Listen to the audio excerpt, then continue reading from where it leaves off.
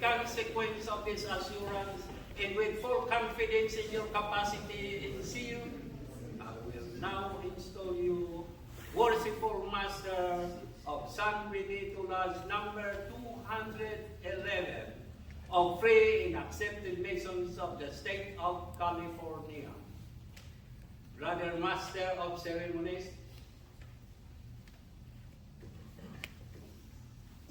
you will invest it with the jewel of this station.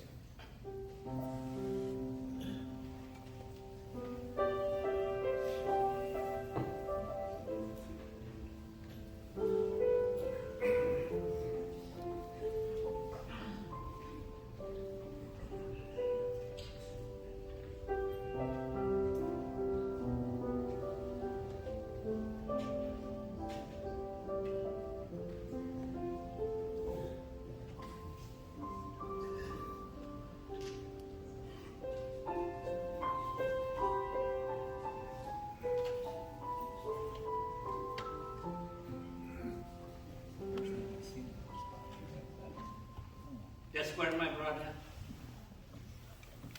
is an emblem of morality, and as it is the special badge of the Master's office, it should constantly remind you that not only by precept, but by example, you should promote good morals among the brethren, and thus endeavor to avert the shadow of any scandal or reproach against the fraternity. Your former life has given evidence that this jewel will not be a meaning symbol in your hands. And I suddenly charge you to take good care that its last be nothing to any act of yours. I will now present to you the Book of Holy Writing.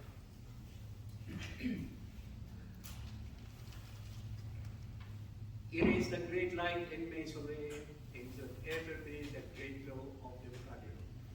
It will guide you to all truth. It will direct you to eternal happiness.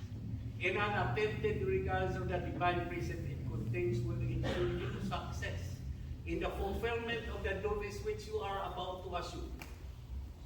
The working tools of the craft will next be presented to you, that as a master workman you may instruct the craftsmen in their various duties which virtues which they have been elected to illustrate.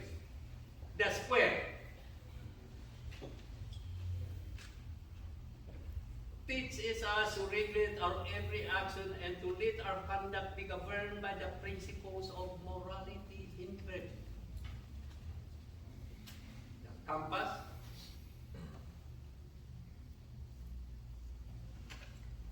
teaches us to regulate our conduct, which teaches us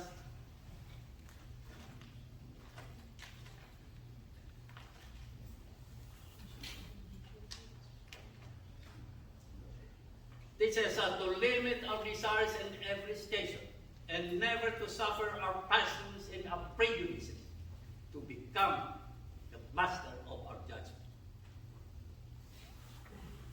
The rule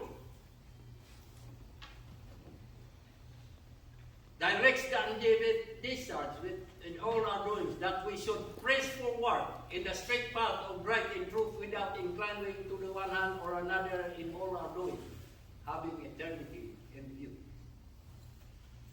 The plum is an emblem of moral rectitude.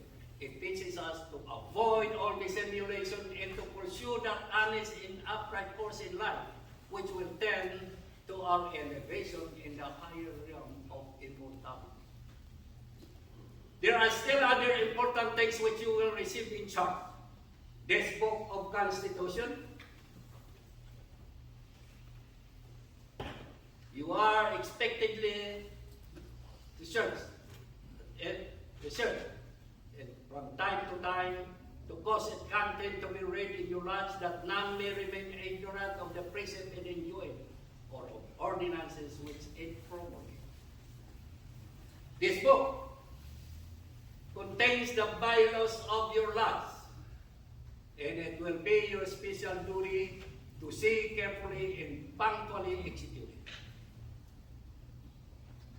this is the chart.